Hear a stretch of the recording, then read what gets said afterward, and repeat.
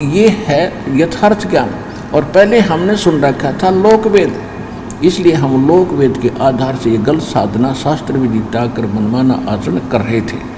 इसके विषय में परमेश्वर ने अपने ऊपर उदाहरण देकर बताया है। पीछे लग गया जाऊं था मैं लोक वेद के साथ, रस्ते में सतगुरु मिले दीपक दे दिया हाथ।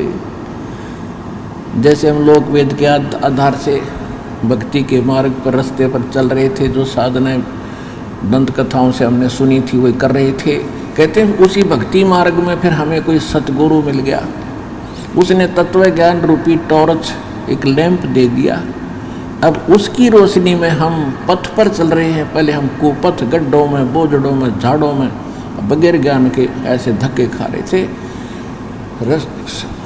पीछे लग गया जाऊं था मैं लोक वेद के साथ, रस्ते में सतगुरु मिले है दीपक दे दिया हाथ।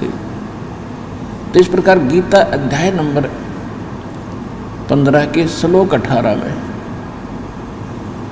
कुछ भ्रमित व्यक्ति ऐसी अपनी उठपटांग ऑब्जेक्शन शंकाएं व्यक्त करते हैं।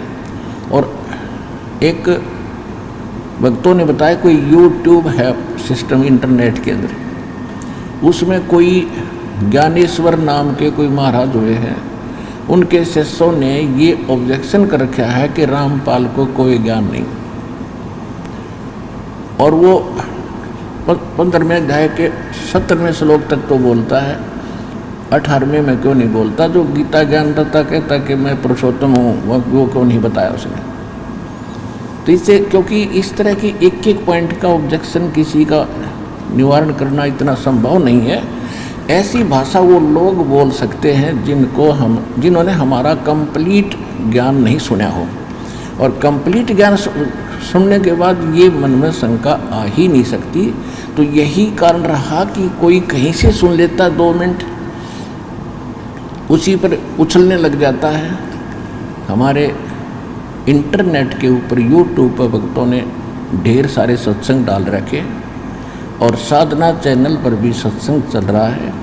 भक्तों ने पुस्तकें भी बनाकर समाज में वितरित की जा रही हैं, DVD बनाकर भी दी जा रही है। उनको सुनो और फिर सारा शंका समाधान हो जाएगा।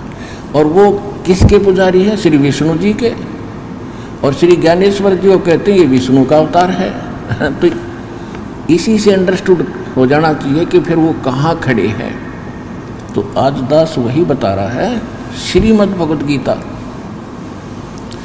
अध्याय नंबर 7 के श्लोक 12 से लेकर 15 तक इन तीनों गुणों रजगुण ब्रह्मा, सतगुण विष्णु, तमगुण शिव जी की जो भक्ति करते हैं और इन पर आरूढ़ हो गए हैं, इनसे आगे किसी की कुछ सुनने को तैयार नहीं है।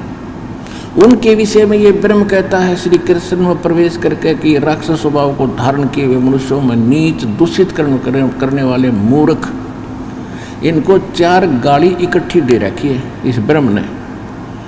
ये कहता है कि ये मेरी भक्ति भी ना करते, इन अन्य देवताओं के में ही फंसे रहते हैं। और इसी 7वें अध्याय के 20 से लेकर 23 तक इन 4 श्लोकों में भी यही निर्णय दिया है कि ये जो अन्य देवताओं की जो पूजा करते हैं ये भगवान समझकर पूज रहे हैं। और इन देवताओं को मैंने कुछ थोड़ी बहुत पावर दे रखी है, इनसे वो मेरे से प्राप्त पावर से कुछ अक्षणिक लाभ इनको देते हैं, लेकिन ये बुद्धिहीन देवताओं को पूजने वाले देवताओं को प्राप्त होंगे, मुझे पूजने वाले मुझे प्राप्त होंगे। अब इसमें स्पष्ट कर दिया। तो जो विष्णु जी का पुजारी है और रामपाल को इन्होंने वो नकली ज्ञान रखता है, तो इससे आप समझ लेना वो कितना ज्ञान युक्त है, अंडरस्टूड है, जो विष्णु जी का पुजारी है।